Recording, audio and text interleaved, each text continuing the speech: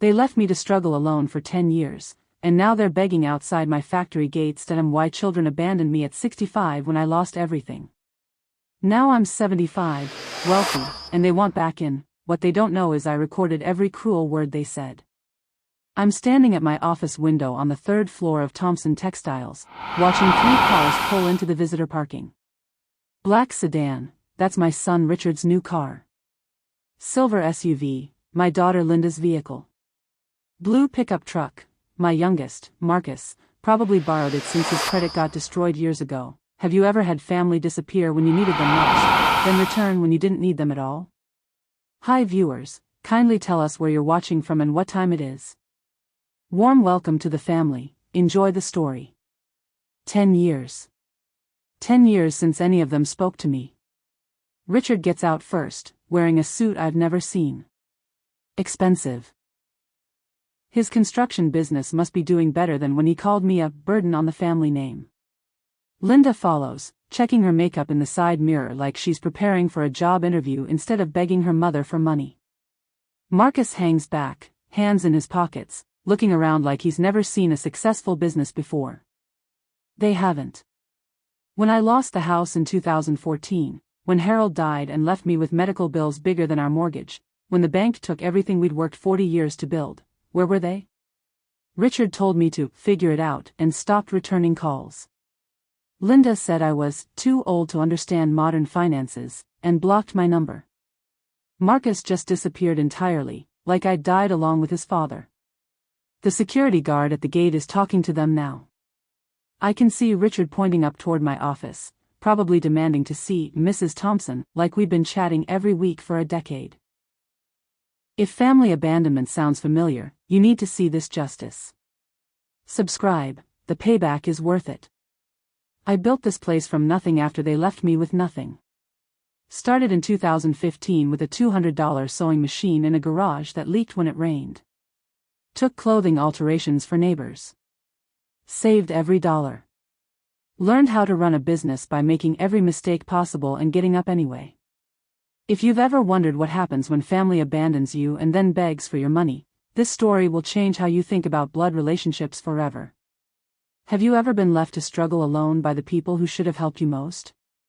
Do you know someone whose own children turned their backs when times got hard? Today we're diving into a story about abandonment, survival, and the moment when the tables finally turn. Follow along as we uncover what happens when a grandmother gets the last word. What would you do if family who abandoned you suddenly needed your success? Share your thoughts below, and if you've ever been abandoned by family only to succeed without them, comment, survivor, so I know you understand this journey. 2 years later, I had 4 machines and a rented space downtown. 5 years later, I had 20 employees and contracts with 3 department store chains. Last year, we hit $12 million in revenue manufacturing custom uniforms for hospitals and schools across the Southeast.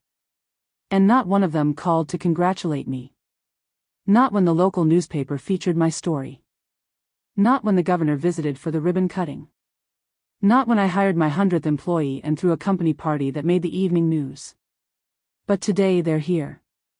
My assistant buzzes the intercom. Mrs. Thompson, there are 3 people at the gate asking to see you.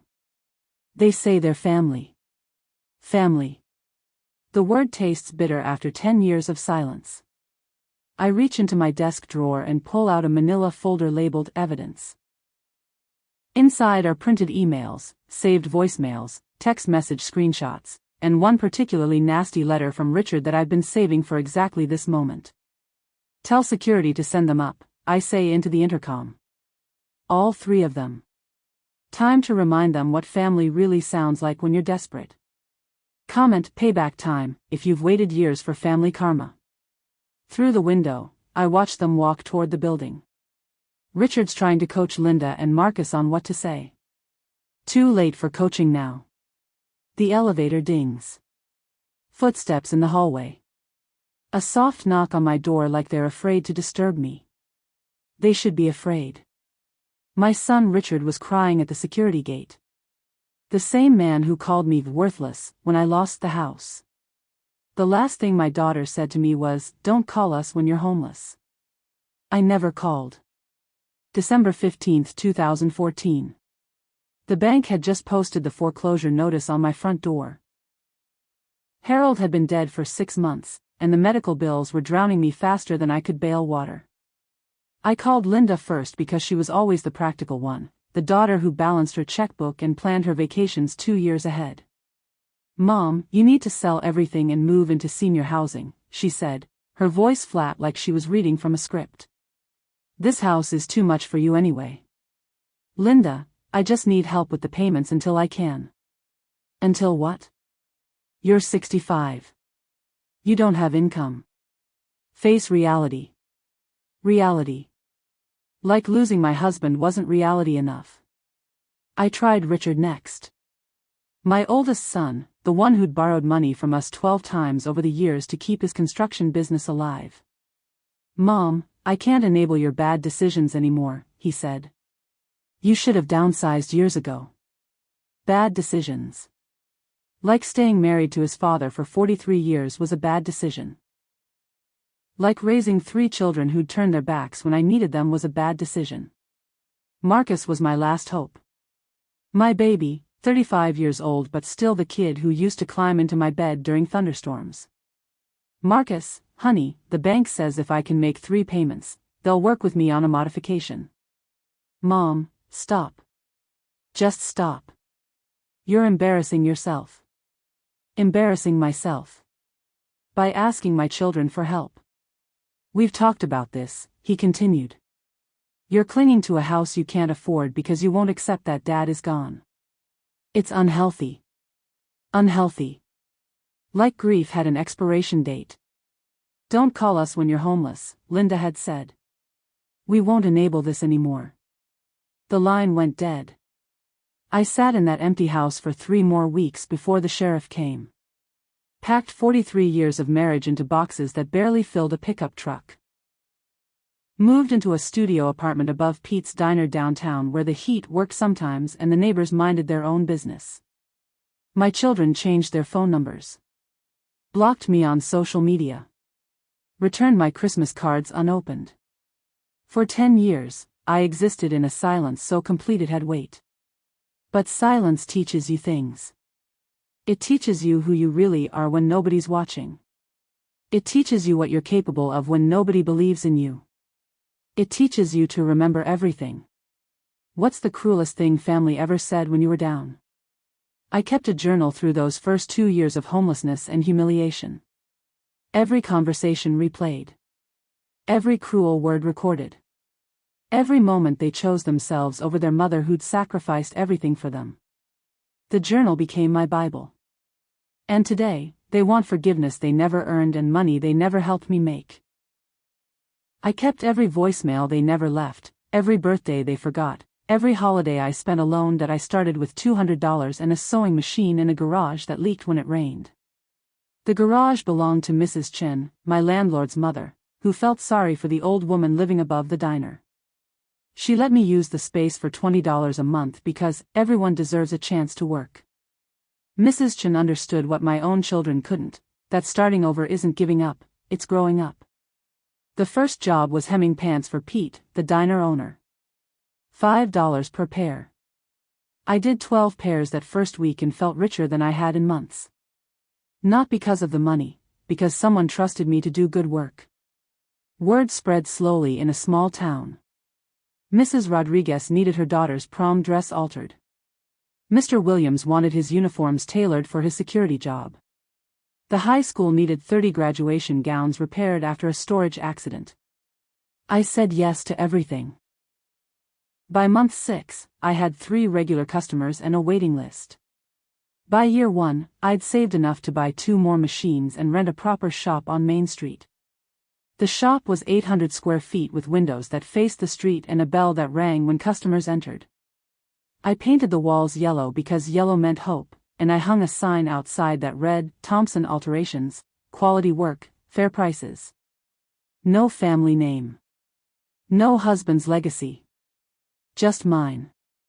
The first employee I hired was Maria, a young mother who needed flexible hours and understood that small businesses require everyone to do everything. She could sew, answer phones, manage orders, and make the coffee that kept us both awake during 14-hour days. "Why don't you call your children for help?" she asked during our second month when orders backed up and we were drowning in work. "Because," I said, threading my machine, "they made their choice." Year 2 brought hospital contracts. Scrubs, lab coats, patient gowns, medical textiles that required precision and volume. Maria and I hired 6 more seamstresses and rented the building next door. Year 3 brought school districts. Uniforms for cafeteria workers, maintenance crews, crossing guards. Steady contracts that meant steady paychecks for people who'd bet on me when betting on me looked foolish. Starting over at 65 seems impossible until it isn't. Subscribe to see how she built an empire. By year 5, we had 38 employees and contracts in 4 states. The business had outgrown Main Street, so I bought the old warehouse on Industrial Drive and transformed it into Thompson Textiles Manufacturing. The grand opening made the regional news. Local grandmother builds textile empire from garage startup. The reporter asked about my family. "I don't have children," I told her. "I have employees." The truth felt good on camera. Year 7 brought national contracts.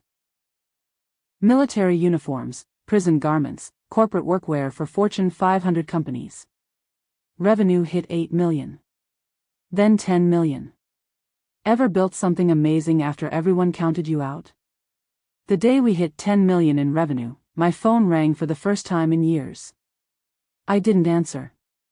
I let it ring 6 times, then go to voicemail, then ring again. Whoever was calling was desperate. Good. Desperation teaches you humility, and my children had humility lessons coming that were 10 years overdue. The day we hit 10 million in revenue, my phone rang for the first time in years. The letter started with "Dearest Mom," like we'd been talking every week for 10 years. Linda's handwriting hadn't changed. Still the careful cursive she'd learned in 3rd grade, still the purple ink she'd used since high school. The envelope was expensive, thick paper, good weight, the kind you buy when you want to make an impression. "Dearest Mom, I hope this letter finds you well. I've been thinking about you so much lately and feeling terrible about how long it's been since we talked. Life gets so busy with work and kids, you know how it is." "No, Linda. I didn't know how it was. Because you never told me about your kids or your work or your life for 10 years. I heard through friends that you've been doing well with your business. I'm so proud of you for building something beautiful. You always were the strongest woman I knew." Strongest woman she knew. The same woman she'd called stubborn and unrealistic when I'd begged for help with the mortgage. I know we had some difficult conversations after Dad died. We were all grieving and said things we didn't mean. I hope you can forgive us for not being more supportive during that hard time. Difficult conversations. Hard time. She was calling 10 years of silence a hard time, like it was a rough weekend. The kids ask about Grandma Thompson sometimes. They've seen your picture and wonder when they'll get to meet you. I'd love to bring them by sometime if you're open to visitors. The kids. Grandchildren I'd never met because Linda had decided I was too broken to be in their lives. I also wanted to ask if you might be interested in some investment opportunities. Marcus has a landscaping business that's growing fast, and Richard's construction company is bidding on some major commercial projects. Family supporting family, you know? There it was. The real reason for the purple ink and expensive paper. Investment opportunities. Family supporting family. When fake family contacts you after success, what's your first instinct? The letter went on for 2 pages, filled with memories of family dinners I'd cooked and holidays I'd hosted, like she was trying to remind me of all the reasons I should hand over my money. She ended with, "We've always believed in you, Mom. Love, Linda. Always believed in me."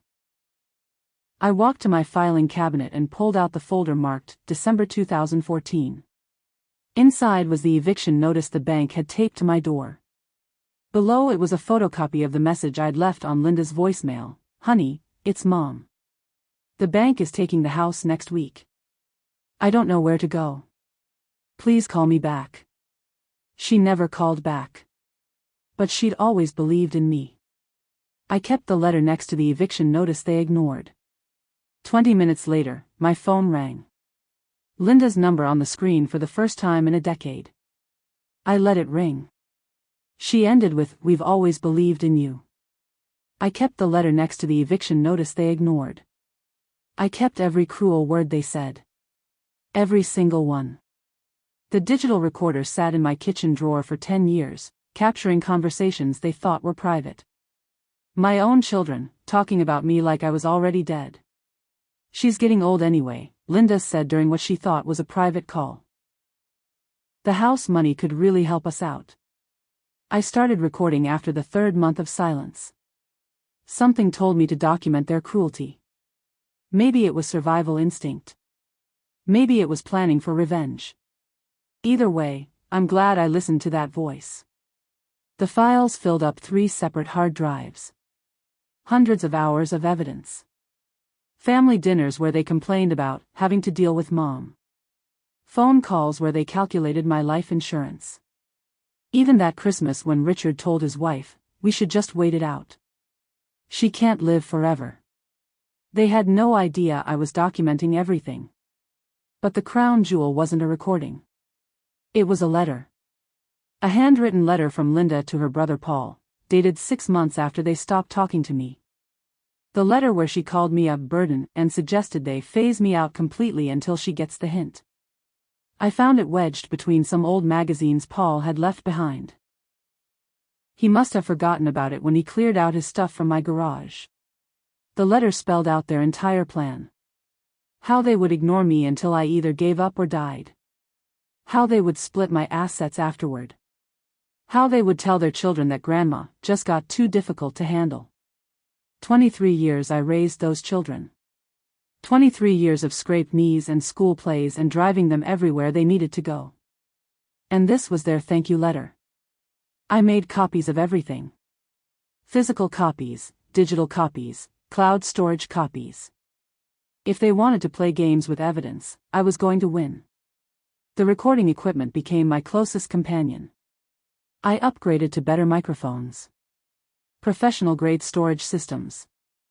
I even learned how to enhance audio quality so every word came through crystal clear. My neighbor Mrs. Patterson thought I had lost my mind. "Why are you torturing yourself listening to that garbage?" She would ask when she saw me with headphones on, transcribing their conversations. But I wasn't torturing myself. I was building a case. The tapes revealed things I never knew. Like how Richard had been stealing from my medication fund for 3 years before they cut contact. Or how Linda had already picked out which pieces of my jewelry she wanted after I was gone. They thought abandoning me would break my spirit. Instead, it sharpened my focus. Every cruel comment became evidence. Every dismissive laugh became ammunition. Every family gathering they excluded me from became another nail in their coffin. The final recording was the most damning. It was from last month, right before they showed up at my factory. Richard talking to Linda about how they needed to play the loving family card to get money from me. How they would pretend everything was fine until they could access my accounts. They had already planned out their sob stories. Already rehearsed their fake apologies. But I had already planned my response. The call started the day after my factory opening hit the news. Ring. Ring. Ring. "Hey, Mom. We saw you on TV. So proud of you." Linda's voice sounded like honey over broken glass. Sweet words covering sharp intentions. I let it go to voicemail. Then I listened to it 5 times, taking notes on every fake emotion she tried to sell me. Richard called an hour later. "Mom, we've been trying to reach you. The factory looks incredible. We always knew you had it in you." Another lie from my collection. I had recordings of him saying the exact opposite just 2 months ago. The texts started flooding in next. Paul, who hadn't sent me a birthday message in 10 years, suddenly wanted to catch up over coffee. Maria, who blocked my number after their father died, now wanted to reconnect as a family. Each message was a masterpiece of manipulation. They all followed the same script. Praise my success, claim they always believed in me, suggest we should let bygones be bygones. But I knew what they really wanted. The local paper had estimated my factory's worth at $12 million. Suddenly I wasn't the difficult old woman they needed to avoid. I was the golden goose they needed to capture.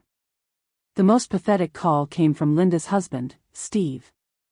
He actually tried to tell me that Linda had been heartbroken about our misunderstanding and had been looking for the right time to reach out.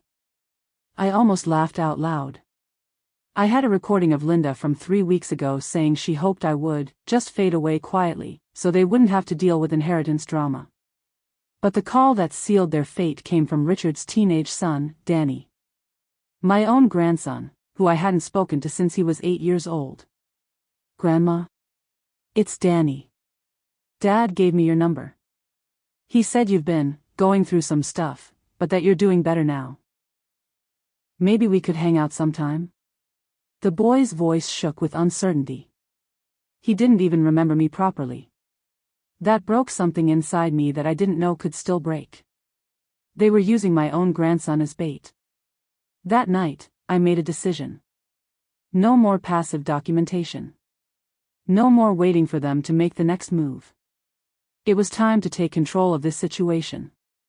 I called my lawyer, Janet Morrison. She'd been handling my business affairs since the factory planning began. "Janet, I need you to draft some papers. And I need you to be present for a family meeting." "What kind of meeting?" she asked. "The kind where people find out what happens when you abandon family and then try to cash in on their success." I could hear the smile in her voice. "I'll bring my recording equipment." "Won't be necessary. I have my own." The trap was set. Now I just needed to get them all in the same room. And I knew exactly how to make that happen. I decided to hold the meeting right here in my factory. On my turf. Surrounded by everything I built without them. The main floor had enough space for the showdown I was planning. Concrete floors, metal beams, and the smell of fresh machinery oil. This wasn't some cozy living room where they could pretend we were still family. This was a business. My business. I sent identical text messages to all of them. Family meeting Sunday at 2 p.m. Factory address attached. Time to clear the air about everything. Simple. Direct. No room for misunderstanding. Richard responded first, finally. Been waiting for this conversation for years. The lies came so easily to him now. Linda sent back 3 paragraphs of fake emotion. "Oh Mom, I'm so excited to reconnect. I've missed you so much. This factory is such an incredible accomplishment." Paul just sent a thumbs up emoji. Even his fake enthusiasm was lazy. Maria called instead of texting. "Mom, I think this is a wonderful idea. We've all been wanting to make things right." I let her talk. Let her dig her own grave with words. Every sentence was another piece of evidence that they had planned this reunion for money, not love. The day before the meeting, I prepared the space like a battlefield commander. I arranged 5 chairs in a circle, 4 for them, 1 for me. But my chair was different. It sat next to a small table with a digital recorder, a stack of printed papers, and a manila envelope sealed with tape. I tested the room's acoustics. Perfect sound quality for recording. Every word would be captured clearly. My foreman, Carlos, helped me set up a backup recording system. "You sure you want to do this here, Mrs. Thompson?" he asked. "Might get ugly." "Carlos, ugly already happened. This is just cleanup." I spent Saturday night listening to their old recordings one final time. 10 years of cruelty, distilled into the most damaging clips. I had them organized by speaker, by topic, by level of betrayal. Richard talking about selling my house while I was still alive. Linda planning which of my belongings she would take. Paul joking about me dying alone. Maria complaining about how my existence was inconvenient for their schedules. Each recording was time-stamped, transcribed, and verified. Legal quality evidence of their true feelings. But the sealed envelope contained something even better. Something I hadn't told anyone about, not even Janet Morrison. Sunday morning, I dressed in my best business suit. Not grandmother clothes. Not victim clothes. Power clothes. I wanted them to see exactly who they were dealing with now. I arrived at the factory 2 hours early to do a final equipment check. Everything worked perfectly. Multiple recording devices. Clear audio. Perfect lighting. At 1:45 p.m., I sat down in my chair and waited. By 2 p.m., they were all here. Richard in his fake nice polo shirt. Linda in a dress that probably cost more than most people's rent. Paul looking uncomfortable in clothes that actually fit him. Maria wearing perfume that made my eyes water. They walked into my factory like they owned the place. That was their first mistake. Their second mistake was thinking I had forgiven them. They stood in my factory looking around like tourists at a museum. "Mom, this place is incredible," Richard said, spreading his arms wide like he was blessing my accomplishment. "You really did it." Linda grabbed my hands with both of hers. "We are so proud of you. This is exactly the kind of thing Dad would have loved to see." Bringing up their dead father was a low blow, even for her. He died 3 years into their silence. They wouldn't even let me say goodbye properly. Paul walked over to examine one of the machines. "This equipment must have cost a fortune. How did you manage the financing?" There it was. The real question underneath all their fake praise. Maria hung back by the entrance, taking pictures with her phone. Probably calculating square footage and property values. "Please, sit down," I said, gesturing to the chairs I had arranged. "We have a lot to discuss." They settled into their seats like they were attending a friendly family reunion. Still performing the loving children act. "Before we begin," I said, reaching for the digital recorder on my table, "I want to make sure we have a clear record of this conversation." Richard laughed nervously. "Mom, you don't need to record us. We're family." "Are we?" I pressed the record button. Because for 10 years, I wasn't sure. The mood shifted instantly. Their smiles became more forced. Their postures more defensive. Linda leaned forward. "Mom, we know things got complicated after Dad died. But we're here now. We want to make things right." Complicated. I repeated the word slowly. "Is that what we're calling it?" I opened the manila envelope and pulled out the first document. A printed transcript of one of their conversations.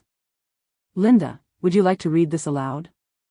It's from a phone call you had with Richard 18 months ago." Her face went pale as she saw her own words on paper. I don't remember. Let me refresh your memory. Quote, "She's just getting more difficult every year. Maybe if we ignore her long enough, she'll get the hint and stop trying to contact us." End quote. The silence in the room was deafening. Richard cleared his throat. "Mom, people say things when they're frustrated. That doesn't mean." "Richard." I pulled out another transcript. "Your turn. This one's from the Christmas dinner I wasn't invited to." Quote, "At least we don't have to pretend to care about her anymore. She's probably better off alone anyway." End quote. Paul started fidgeting in his seat. Maria stared at the floor. "But this," I said, pulling out the final document, "this is my favorite." I held up Linda's handwritten letter. The one where she outlined their plan to abandon me completely. "Linda, would you like to explain to everyone what you wrote here?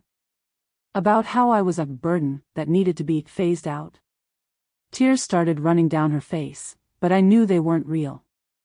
Linda had been using tears as weapons since she was 5 years old. "Mom, please," she whispered. "We made mistakes. But we're here now. We want to be a family again." I stood up slowly, looking at each of them in turn. "You know what the funny thing is? You're absolutely right. You are here now. But not because you missed me. Not because you love me. You're here because your burden of a mother is now worth $12 million. The tears stopped. The masks came off. And the real conversation finally began. How did you know about the money? Richard's voice dropped all pretense of warmth. The same way I knew everything else you've been planning. I walked over to the main recording system. I've been listening to you for 10 years. Linda's mouth fell open. You've been, what? Recording you. Every phone call you thought was private. Every conversation you had about me. Every cruel joke. Every plan to cash in on my death. I pressed play on the main speaker system. Richard's voice filled the factory. She can't live forever. And when she goes, we split everything equally. The house alone is worth $300,000. His face turned red as his own words echoed off the metal walls. That was from 8 years ago, I said. Should I play the one from last month where you discussed pretending to love me until you could access my bank accounts? Maria finally spoke up. Mom, we never meant. Stop. My voice cut through the factory like a blade. Stop lying. Stop pretending. Stop acting like you care. I pulled out a thick folder filled with transcripts, photos, and printed emails. This is 10 years of documentation. 10 years of you treating me like I was already dead. 10 years of you counting my money before I was even in the ground. Paul tried to stand up. We don't have to listen to this. Actually, you do. I smiled coldly. Because I have something else you need to hear. I walked to another recording device and pressed play. This time it was Linda's voice. We should just cut her off completely. No birthday calls, no Christmas visits, nothing. Eventually she'll get desperate and start giving us money just to talk to her again. Linda started crying again, but this time the tears looked real. You want to know the difference between us? I asked, walking back to my chair. When you abandoned me, I didn't fall apart. I got stronger. When you cut me out, I didn't beg for your attention. I built something magnificent. I gestured around the factory. This place employs 47 people. People who depend on me. People who respect me. People who would never dream of treating family the way you treated me. Richard finally exploded. Fine. You want the truth? Yes, we needed money. Yes, we hoped you would help us. But we're still your children. No. I sat back down calmly. Children don't abandon their mothers for 10 years. Children don't celebrate when their parent dies. Children don't plan to steal inheritance money. I pulled out one final recording device. This is my favorite one. From 3 weeks ago. Linda's voice came through the speakers, clearer than crystal. I hope she just fades away quietly so we don't have to deal with all the inheritance drama. The room went completely silent. So here's what's going to happen, I said, my voice steady as stone. You're going to leave my factory. You're going to leave my property. And you're never going to contact me again. But Mom, Maria started. I'm not your mom anymore. I haven't been for 10 years, remember? You made that very clear. I stood up and walked to the factory door, holding it open. Janet Morrison, my lawyer, will be contacting each of you this week. The inheritance you've been counting on? It's going to charity. Every single penny. Their faces went through shock, anger, and panic in rapid succession. You can't do that. Richard shouted. I smiled. Actually, I can. And I did. The papers were signed yesterday. As they filed out of my factory, Linda turned back one last time. We're still family, she whispered desperately. No, I replied, closing the door firmly. Family doesn't abandon each other. You taught me that. The sound of their car engines fading into the distance was the sweetest music I'd heard in 10 years. They didn't give up that easily. The legal papers started arriving 3 days later. Richard hired some lawyer from downtown who specialized in family disputes. They were contesting my right to donate my own money. Linda sent me a 12-page letter claiming I was mentally unstable and needed a psychiatric evaluation. She actually suggested that recording our conversations was proof of dementia. Paul showed up at my house twice, pounding on my front door and demanding we talk like adults. I called the police both times. But Maria's approach was the most disgusting. She brought my granddaughter to my factory. Little Sarah, who was only 6 years old now. A child who didn't even know who I was because they had erased me from her life. "Grandma," the little girl said, looking up at me with confused eyes. "Mommy says you're mad at us." My heart broke into 1,000 pieces right there on the factory floor. Maria stood behind her daughter like a human shield. "Mom, please. Don't let our problems affect the children. Sarah wants to know her grandmother." It was emotional blackmail at its finest. Use the child I had never been allowed to know as leverage to get my money. "Sarah, honey," I said, kneeling down to her level. "Would you like to see how we make things in the factory?"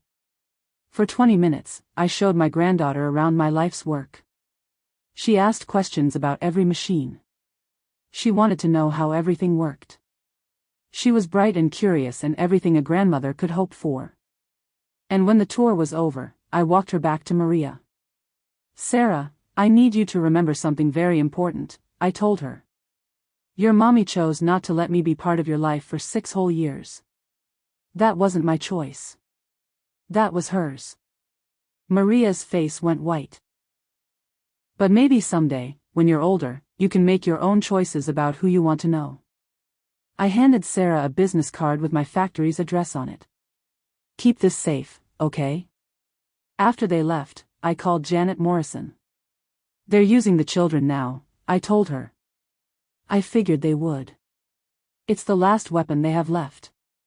What are our options? Well, the inheritance donation is ironclad. They can contest it, but they won't win. Your mental competency is easily proved. You built a multi-million-dollar business from scratch. Janet paused. But there's something else we should discuss. What? I've been getting calls from local news stations. Word is spreading about your story. There's a reporter who wants to interview you about family abandonment and elderly abuse. I thought about little Sarah, confused and manipulated by her mother. I thought about other grandparents who might be going through the same isolation I had endured. "Set up the interview," I said. "Are you sure? Once this goes public, there's no going back." I looked around my factory. At the machines I had designed. At the business I had built. At the life I had created without them. "Janet, I've already moved forward. They're the ones trying to go back." The interview was scheduled for Friday. It was time to tell the world what abandonment really looked like.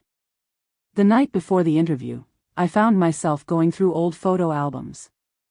Pictures of birthday parties they stopped attending. Christmas mornings they stopped celebrating with me. Family vacations that became memories of a different life entirely. But tucked between the pages of the oldest album, I found something that changed everything. A letter. In my husband's handwriting. Dated 2 weeks before he died. "My dearest Margaret," it began. "If you're reading this, then I'm gone and you're probably dealing with our children's true nature without me there to shield you from it." My hands started shaking as I read his words. "I know about the money they've been taking from your purse. I know about the conversations they have when they think we can't hear them. I know they're just waiting for us to die so they can cash in." How had he known? How had he seen what I was too trusting to notice? "I've been watching them, Margaret. Watching how they treat you when they think I'm not looking. The eye rolls. The impatient sighs. The way they talk about our house like it's already theirs." The letter continued for 3 pages. Every observation was like a knife to my heart, but also a validation of everything I had experienced over the past 10 years. "I'm leaving this letter for you because I know they're going to abandon you the moment I'm gone. They don't love us, Margaret. They love what we can give them. But the final paragraph was the one that broke me completely. You are the strongest woman I have ever known. When they show you who they really are, believe them. And when you're ready to move forward without them, know that I would be proud of whatever choice you make. He had signed it simply, forever yours, Henry. I sat in my kitchen, crying over a letter from my dead husband who had seen the future more clearly than I ever could. But there was more. At the bottom of the envelope was a small key I had never seen before. Attached to the key was a note, Safety Deposit Box 247, First National Bank. Only you. The next morning, I drove to the bank with shaking hands. Box 247 contained documents I never knew existed. Legal papers. Bank statements. Investment records. And a second letter. Margaret, if you found this box, then you've discovered the truth about our children. What you don't know is that I've been preparing for this day for years. The documents showed everything. A separate account with nearly $2 million that only I knew about now. Investment properties in my name only. A detailed will that left our children exactly $1 each, with explanations for why. I couldn't tell you while I was alive because you would have tried to fix them. You would have given them chances they didn't deserve. You would have blamed yourself for their cruelty. But the most important document was at the bottom of the stack. A recording device. Digital. Professional grade. With a note that said, I recorded them too. Everything. All the evidence you need. My husband had been building a case against our own children for years before he died. I drove home with box of evidence that would destroy any legal challenge they tried to make.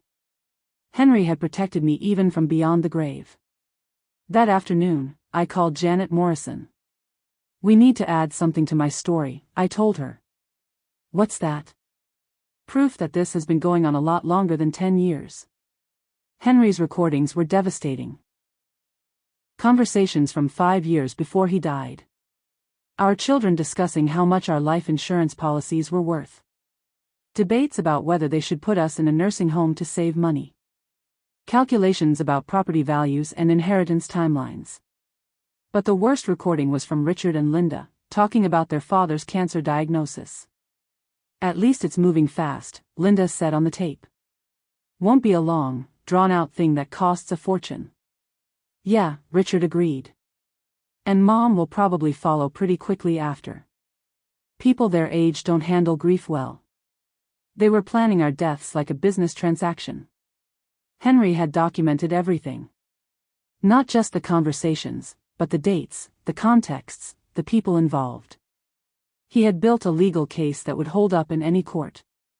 I spent the entire day listening to evidence of their cruelty, going back years before I even realized what was happening. The recording that broke my heart was from Christmas dinner, 3 months before Henry died.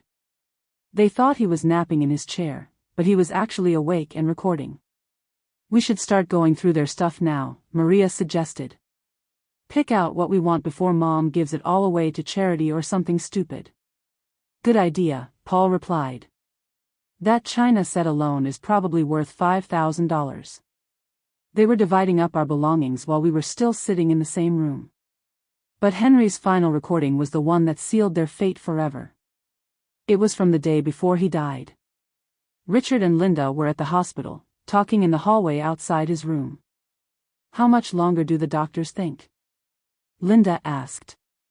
Could be hours, could be days, Richard answered. But either way, we need to start making arrangements. What about Mom? What about her? She'll be too grief-stricken to make any major decisions. That's when we move in and take control. They were planning to manipulate my grief to steal my money. I had to stop the recording and sit in silence for 20 minutes. My own children had seen their father dying and though. Do you have evidence? I looked at the boxes of recordings, documents, and letters spread across my kitchen table. I have 15 years of evidence. The interview was scheduled for tomorrow morning. Prime time slot. They wanted to do it at my factory, surrounded by everything I had accomplished without my family's help. That night, I called each of my children one final time. Tomorrow morning, Channel 7 News is running a story about family abandonment and elder abuse. You might want to watch.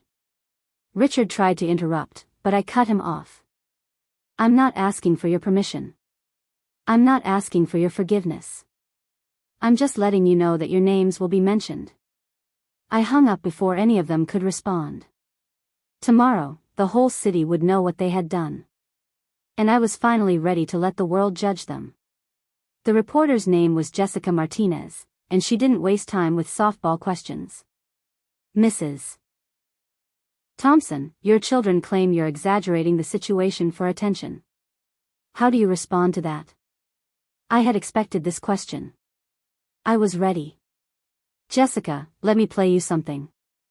I pressed play on the recording device. Linda's voice filled the factory. She's just a lonely old woman making up stories. Who's going to believe her anyway? Jessica's eyes widened. When was this recorded? Yesterday afternoon. About an hour after I told them about this interview. The camera kept rolling as I played clip after clip. 10 years of cruelty. 15 years of evidence. Their own voices condemning them with every word. This is just the beginning, I explained. I have hundreds of hours of recordings. Documents. Letters. Bank records showing money they stole from me. Jessica looked genuinely shocked. Why did you decide to speak out now? Because they brought my granddaughter to my factory last week. A little girl who doesn't even know me because they erased me from her life. They used a child as emotional blackmail to try to get my money. I pulled out the business card I had given Sarah. This little girl deserves to know the truth about why she doesn't have a grandmother. And other elderly people deserve to know they're not alone in this kind of abuse. The interview lasted 2 hours. We covered everything. The abandonment. The recordings. The inheritance they had been counting on. The legal challenges they were now threatening. But the moment that went viral was when Jessica asked about forgiveness. Do you think you'll ever reconcile with your children? I looked directly into the camera. You can't reconcile with people who were never honest about their intentions. They didn't abandon me because we had a fight. They abandoned me because I was no longer useful to them. And they came back because I became useful again. I held up one of Henry's recordings. My husband recorded them discussing our life insurance policies while he was dying of cancer. These people celebrated his death because it meant more money for them. The reporter sat in stunned silence. Forgiveness is for people who feel genuine remorse. People who want to change. People who acknowledge the harm they caused. My children are angry that they got caught, not sorry that they hurt me. Within 6 hours of the broadcast, the story was everywhere. Local news picked it up, then regional stations, then national networks. My phone started ringing with interview requests from across the country. Newspapers wanted quotes. Radio shows wanted appearances. But the calls that mattered most came from other elderly people. Mrs. Thompson, thank you for speaking out. My son hasn't called me in 3 years, but he sure knows when my Social Security check arrives. Mrs. Thompson, you gave me courage to change my will. My daughter only visits when she needs money. Mrs. Thompson, I thought I was the only one. By the end of the week, I had received over 300 messages from people dealing with similar abandonment. I wasn't alone anymore. And neither were they. The best part about going public was watching my children's reactions on social media. Richard posted a long Facebook rant about family privacy and airing dirty laundry. He tried to paint himself as the victim of a vindictive mother having a breakdown. But people who saw the news interview weren't buying it. Your own voice is on the recording, Richard. We heard you counting her money while she was grieving, one person commented. Sounds like your mom is better off without you, wrote another. Linda tried the sympathy approach. She posted old photos of us from 20 years ago with captions like, I'll always love my mother, even when she's hurting. The comments section destroyed her within hours. Where was this love for the past 10 years? people asked. Why are you posting this now that she's successful? Paul deleted all his social media accounts entirely. Maria tried to claim I was mentally unstable and that the recordings were taken out of context. Someone replied, "What's the context for saying you hope your mother dies quietly?" But the response that satisfied me most came from my factory employees. Carlos posted a video defending me. "I've worked for Mrs. Thompson for 3 years. She's the fairest, kindest boss I've ever had. She knows all of our names, asks about our families, and gave everyone raises during the holidays. If her own children can't see what an incredible woman she is, that's their loss." 46 of my employees shared that video. The local business community rallied around me too. Other factory owners called to offer support. The mayor issued a statement praising my resilience and entrepreneurship. Most importantly, the charity I had chosen for my inheritance. The Senior Citizen Support Foundation called to thank me. "Mrs. Thompson, your donation will help fund programs for elderly people dealing with family abandonment. You're literally helping people who are going through exactly what you experienced." That phone call made everything worthwhile. My children tried one last desperate legal challenge. Their lawyer filed papers claiming I was incompetent to manage my own affairs. Janet Morrison shut that down in 24 hours. "Your Honor, Mrs. Thompson built a $12 million business from scratch in less than 5 years. She employs nearly 50 people and has contributed significantly to the local economy. If that's incompetence, we need more incompetent people in this world." The judge dismissed their case immediately.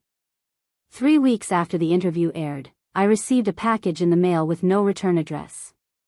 Inside was a drawing from my granddaughter Sarah. A picture of a little girl and an older woman standing in front of a factory. At the bottom, in crayon letters, "Thank you for showing me the machines. Love, Sarah." She had kept my business card. Someday, when she's old enough to understand, she'll know the whole truth. And she'll be able to make her own choices about family. Tonight, I'm writing the letter I should have written 10 years ago. Not to my children. They've heard enough from me to last a lifetime. This letter is for Sarah. And for my other grandchildren I barely know. And for anyone else who might face the choice between family loyalty and self-respect. Dear Sarah, I begin, sitting at my kitchen table with the same pen I used to sign the charity donation papers. By the time you read this, you'll be old enough to understand why your grandmother disappeared from your life for so many years. I write about love. Real love versus conditional love. About how family relationships should be built on respect, not just blood connections. Your mother and your uncles made a choice to value money more than relationships. They abandoned me when I needed them most, then came back when they needed something from me. I explain about the recordings, the evidence, the years of planning they did behind my back. I want you to know that I fought for the right to know you. But they used you as a weapon against me, and I refuse to let you become part of their games. But the most important part of the letter is about choices. Someday, Sarah, someone might try to tell you that family comes first, no matter what. That blood is thicker than water. That you owe loyalty to people just because you share DNA with them. I pause, thinking about all the years I wasted trying to earn love from people who saw me as a bank account with legs. Here's what I want you to remember: real family doesn't abandon you when you're struggling. Real family doesn't count your money while you're grieving. Real family doesn't come back into your life only when they need something. I write about the factory. About building something meaningful with my own hands. About the employees who became more like family than my actual family ever was. I want you to know that your grandmother wasn't a victim. I was abandoned, but I wasn't defeated. I was betrayed, but I wasn't broken. The final paragraph is the hardest to write. If you choose to have a relationship with me someday, it will be because you want to know me, not because someone told you to. And if you choose not to, I'll understand that too. Family relationships should be chosen, not forced. I seal the letter in an envelope marked, "For Sarah," to be opened on her 18th birthday. Janet Morrison will keep it in her office safe, along with copies of all the evidence. Legal protection for a granddaughter who deserves better than the family drama she was born into. Looking around my kitchen, I see photos of my factory employees at our Christmas party. Pictures from the Community Awards ceremony. Thank you cards from the Senior Citizens Foundation. This is my real family now. People who chose to be in my life. People who value me for who I am, not what I can give them. 10 years ago, my children taught me an important lesson: not everyone who calls you family actually loves you. But they also taught me something else: you can build a better family by choosing people who deserve your love. And sometimes, the family you choose is worth more than the family you were born into.